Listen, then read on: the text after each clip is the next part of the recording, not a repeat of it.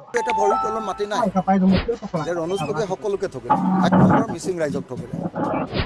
ৰনোজ পেগুক আপোনালোকৰ ৰাইজৰ দলে প্ৰত্যাহ্বান জনাব পাৰিব বুলি ভাবিছে? ৰনোজ পেগুটোতো হাৰিবই, যোৱাবাৰে আচলতে হাৰিবলগীয়া কথা আছিলে। হ্যাঁ, আমি আচলতে ভালকে অকণমান প্লেন কৰা হ'লে ৰনোজ পেগু যোৱাবাৰে হাৰিলেহেঁতেন। ৰনোজ পেগুৰ এটা ভৰিৰ তলত মাটি নাই।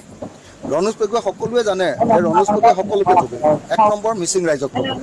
ইয়াতো 6 শিডিউল আনিম বুলি কৈছে ৰনোজ পেগু মিচিঙৰ নেতা আছিলে। এতিয়া বিজেপিত থাকি লৈ 6 শিডিউলৰ কথা এটা বাক্য কোৱা শুনিছেনে? মিচিং ৰাইজক একদম সাংঘাতিক আটাইতকৈ ডাঙৰ বিশ্বাসঘাতক মিচিং ৰাইজৰ ৰনোজ পেগু হয়নে নহয়? 6 শিডিউল দিম কৈ এতিয়াতো 6 শিডিউলৰ নামটোও শুনিব নোখোজে তেওঁ। এটা বাক্যও আমি কোৱা শুনা নাই। গতিকে যদি 6 শিডিউল আনিব নোৱাৰে তেতিয়াহ'লে ৰনোজ পেগুক কোনে ভোট দিব? কোন মিচিং মানুহে ভোট দিব? গতিকে মিচিং মানুহে তেওঁক ভোট দিয়া উচিত নহয়। দ্বিতীয় বস্তুটো হ'ল যে ৰনোজ পেগুৱে অসমৰ একমাত্ৰ মন্ত্ৰী, যি মন্ত্ৰীয়ে নিজৰ জাতিটোৰ কাৰণে, নিজৰ জাতিটোৰ লিগাং, নিজৰ জাতিটোৰ জাতীয় উৎসৱ আলি আই লিগাঙত বন্ধটো দিয়াবৰ কাৰণে এতিয়ালৈকে সক্ষম হোৱা নাই।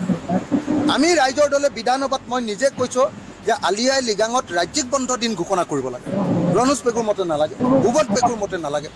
আৰে এনেকৈ চাৰেণ্ডাৰ কৰা মানুহ পৃথিৱীত কেতিয়াবা জন্ম হৈছে? ৰনোজ পেগুৱে এসময়ত হাতত বন্দুক লোৱা মানুহ আছিলে। বন্দুক লোৱাৰ পৰা গৈ এতিয়া গেৰুৱা বখন পিন্ধিলে, গেৰুৱা বখন পিন্ধাৰ পাছতো এতিয়া গেৰুৱা বখনো কাপোৰ গাত চাত নাই আৰু এতিয়া চব কাপোৰ চাপোৰ নাইকিয়াকৈ এতিয়া ৰনোজ পেগুটো একেবাৰে আত্মসমৰ্পণ কৰি দিলে। সেইকাৰণে বৰ দুৰ্ভাগ্যজনক কথা। মিচিং ৰাইজৰ আটাইতকৈ ডাঙৰ বিশ্বাসঘাতক ৰনোজ পেগু। তেওঁ 6 শিডিউল এৰি দিলে 1 নম্বৰ, আৰু 2 নম্বৰ তেওঁ আপোনাৰ লিগাংটোক চৰকাৰী বন্ধ দিব লাগে বুলি এইটো ক'বলৈও সাহস নাইকিয়া হৈ গ'ল। গতিকে তেওঁ ৰাইজৰ কাৰণে একো কাম কৰিব নোৱাৰে। গতিকে ধেমাজিতে এবাৰ ৰনোজ পেগুক হৰুৱাম। ৰনোজ পেগুক হৰুৱাবৰ কাৰণে আমি মাৰ বান্ধি থিয় হৈছোঁ। ৰনোজ পেগুক হৰুৱাই মিচিং মানুহে মিচিঙৰ আটাইতকৈ ডাঙৰ বিশ্বাসঘাতকজনক মুক্ত কৰে।